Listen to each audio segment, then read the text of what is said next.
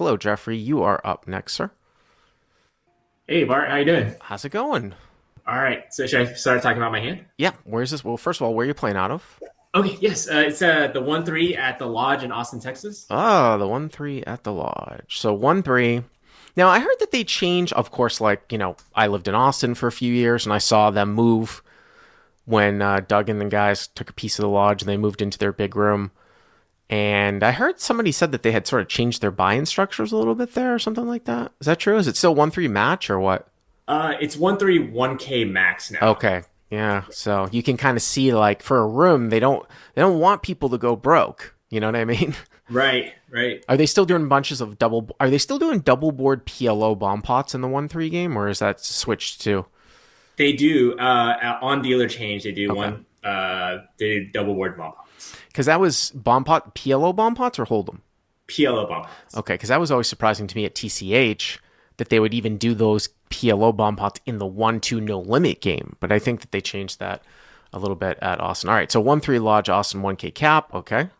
Yep. Okay, so the villain here, we're gonna be 1,000 effective. I have him covered, the villain, Okay. the main villain at least. Mhm. So pre-flop, I'm under the gun +1, and I open to 15 with Queen 10 of diamonds.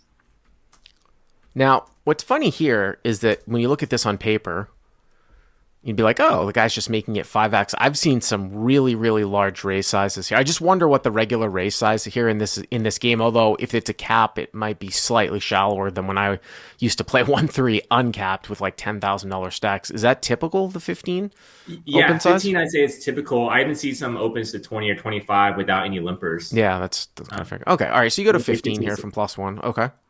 Yep. Low jack calls, button calls, and button will be the main villain with $1,000 effective, and the Okay. big blind calls. Okay. So one, two, three people here. So it looks like the pot's like 60, right? Correct. And there is no rake in this game, by the way. It's not Uh, Houston, right? It's a time game. correct. Yep. Yeah. Time rate. Yep. All right. So $60. Okay. All right. Flop is Jack of diamonds, 9 of diamonds, 3 of clubs. Jack of diamonds, nine of diamonds, three of clubs. So you flop the world here with hero with the queen, 10 of diamonds. So Yep. open ended straight draw flush draw, right? Correct. Okay. Big blind checks to me, and I lead for $30, so right around half pot. C bets 30. Now, this is definitely one where again, you sometimes look at baseline like many hands sort of theoretically, although it's hard to think about this like three or four ways with even if you were to put in like a lot of very loose ranges would be checked here quite a bit, although I probably wouldn't be checking over pairs, but you're always still supposed to bet your best hands and your best draws as a port, even if you're not betting this board a ton, you're betting your best hand and your best draws, so this would definitely be one of those. 30, it's a half pot size bet. Usually, you go multi-way theory would go, say, sometimes slightly smaller. I mean, to be honest with you, I would gauge the stacks. Like, I'd eye the stacks and choose my bet size, whether it's 20, 30, or 40, based upon what I can see in the players that are in the hand, their relative positions, and because I would be barreling off here quite a bit. Because one of the great things about the properties of your hand here, I feel like, is that even if you miss, it's going to be bricks, like really, really big time bricks.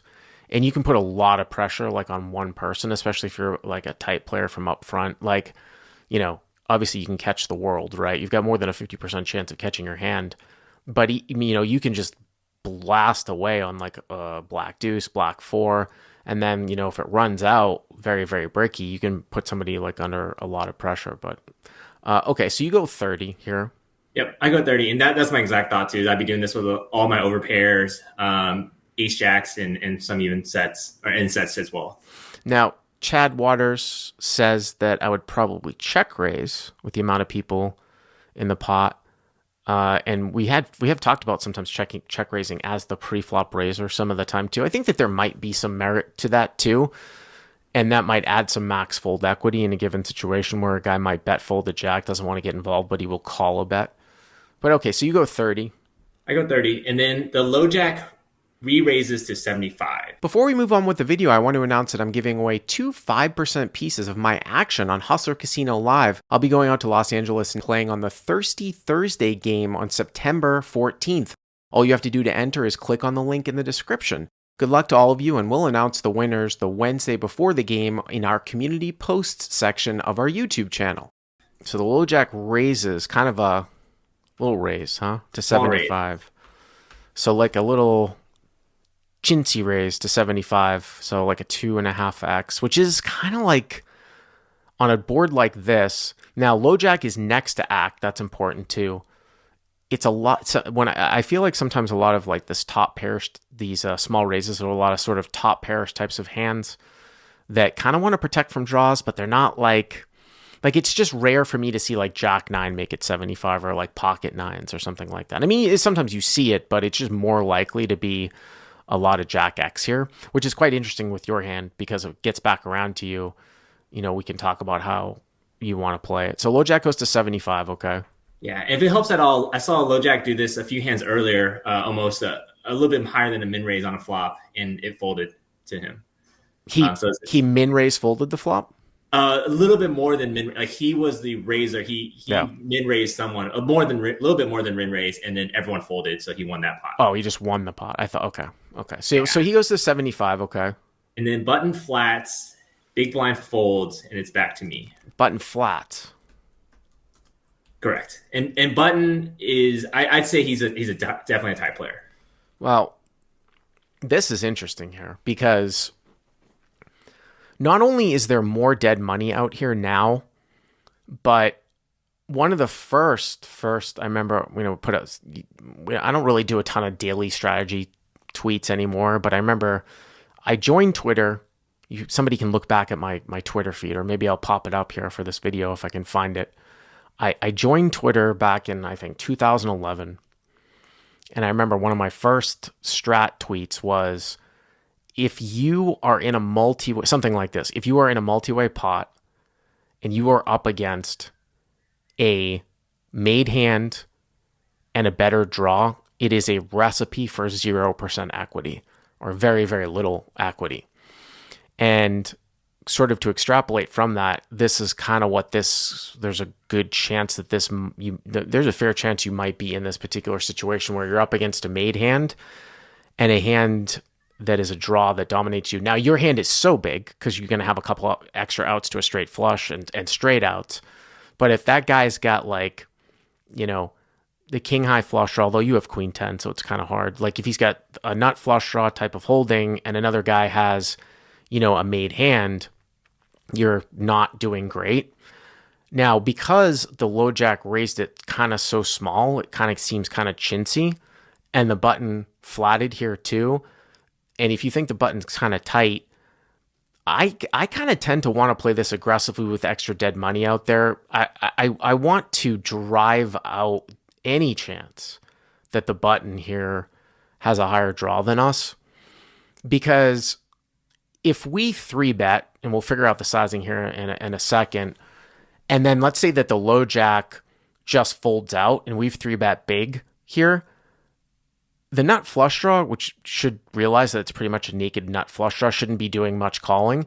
And if the low jack does actually have a hand and he gets it in with you, a naked nut flush draw still shouldn't be calling here, pretty much, because it's naked.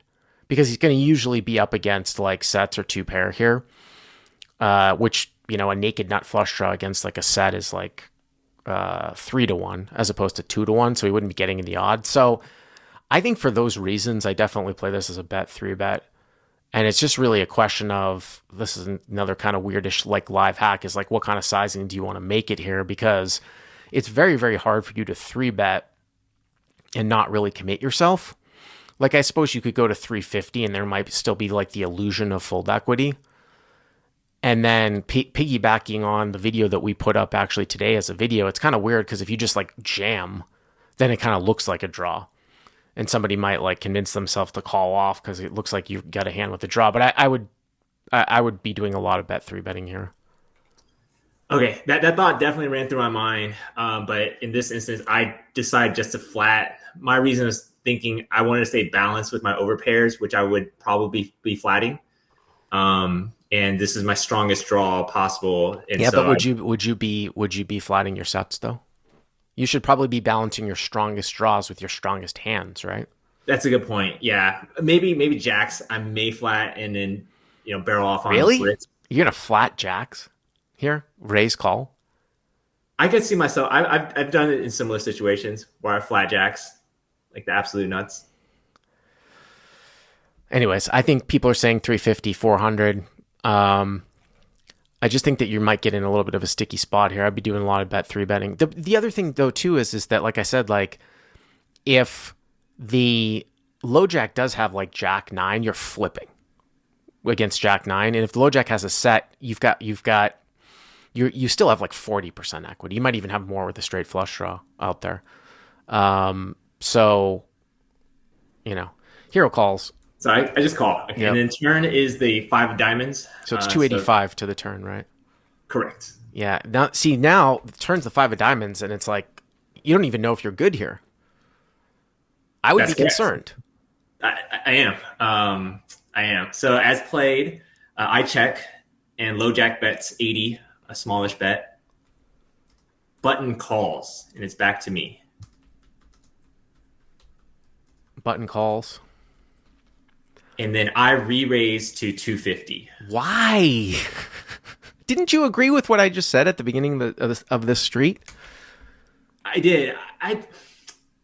Button just flatting here, I think, threw me off. I thought Button, at this point, if he had a better hand, would be re-raising. That was my thought. You don't think people like slow play the nuts? It, of course, is possible. I mean, here's the problem with this, though, too. So you've got the button who could what is the button's... Let me ask you this question. What is the button's flop calling range here to a raise? I think ace X of diamonds, king X of diamonds. And hands. What else? Maybe some like lower set, like pocket threes. Okay, so like sets and draws, right? And maybe sometimes, draws that have you dominated. Right. Correct. So I think that that's kind of consistent here too with the turn play. I mean, maybe he raises the nut flush some of the time on the turn. The other interesting thing here though is that like the low jack, he's still betting here too. Like it's kind of crazy. I mean, I know it's like Texas, but like he got 2 calls and he's still betting diamonds. Like the low jack could have a flush here too. I am crying calling here and seeing what develops.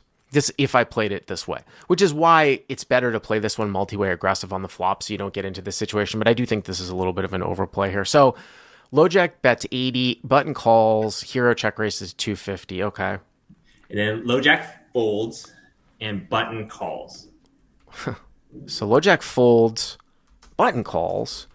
So you've put in 580. I think the pot is 835 if I'm doing this right.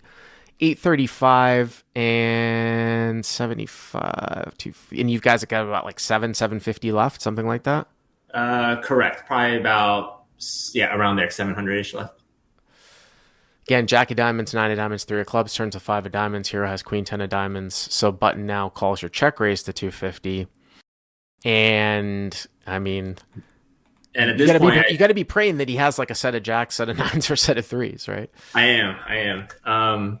And I think that's how I play the river. So the river is a 6 of hearts. And I check and button bets $400.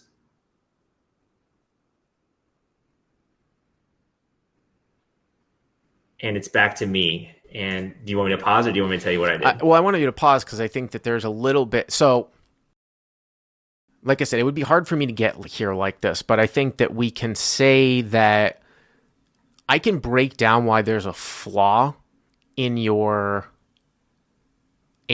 betting logic. And a lot of times, although I can play devil's advocate with myself with what I'm about to say, but a lot of times, sort of to break it down to make it seem really easy for people, if you bet an amount or raise later on, and then you get scared when you're called, if you're betting or raising for value, and then when you're called, you get scared, usually you've done something wrong because of the fact that the bet or the raise is not in order if you're going to get scared when somebody calls you. And you'll see this sometimes. People will say like, well, I bet this amount. And then the guy called and I was like, oh, fuck, I'm scared. Now it's a little bit different because it's 3 ways here. So sometimes you can make a bet or a raise against somebody, and then somebody who you don't even think is necessarily relevant in the hand comes in. That changes things. Where I would play devil's advocate with my own argument here, though, is that I suppose you could make an argument that said, well, there's no more value to be had. I've gotten my value against sets, and I'm going to check fold the river now. Like, it will go check, check. He'll check behind with sets. And if he bets, he just always has me beat. I mean, I suppose you could make that argument. I'm not a huge fan, like I said, of the way of playing that hand this way. This guy bets 400 at the end. I mean, so you're getting 3-1. I mean, the only thing that goes through that you have to go through your head here is like, well, would he ever be valuing something that's worse than your hand? Because I do see a flush draw out here that you beat, which might continue here, which is 7-8 of diamonds, right? That's one combination. 7-8 of diamonds is one combination, which is a combo draw. That maybe he bets. Could he possibly bet a set here thinking you were doing some crazy Texas move with like aces with the ace of diamonds? I don't know. But you have to figure that out. Is he betting a worse hand here 1 out of 3 times? That's really the question. Right. That's what went through my mind. And this player, the way he's been playing, I hadn't seen him value bet the river in the last hour that I played with him. He's been very, very tight, which ultimately led me to my decision to fold. But the way I did it, I wanted to try to get some information. And I folded face up and kind of threw my cards in his direction for him to see, like, I'm making this big laydown, hoping to get more information. Yeah, and, I mean, sometimes I do that too to get some information. But so, do you see what I'm talking about? Like, if you're that comfortable folding here at the end, do you think you might have done something wrong on the turn? For sure. Because I think at the turn where I miscalculated, well, I think I miscalculated several places, the flop and the turn. But the turn, when I didn't expect him to call. And looking back, I think, yeah, ace highs potentially could be flatting and king high flushes could be flatting as well. Well, again, there aren't really, if you're saying, just another thing too, you keep saying king high flushes.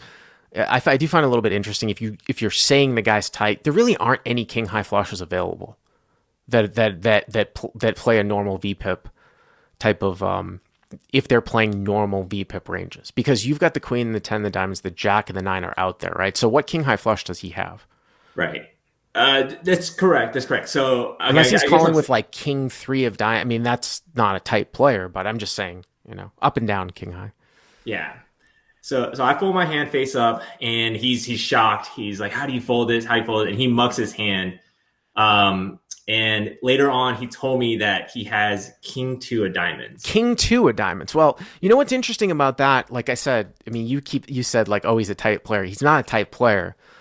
But what I would say here is that I would actually probably fold more to looser players here than I would for tighter players. Because even if somebody's loose pre-flop, I think the river bet is probably the same from a tight or a loose player, like I said, where maybe they're valuing some of the smaller flushes like 7-8, but that's it. But the problem for you is that if he's a looser player, he's going to have more up and down, all the ace X of diamonds. And then if you throw in king X of diamonds, that's a lot of combos of flushes. Right. That's a lot of combos of flushes. So, but that's an interesting one. It's like kind of a crazy, flushy hand reading scenario. But thanks for the call, Jeff. I appreciate it. Thank you, Bart. Appreciate it. All right.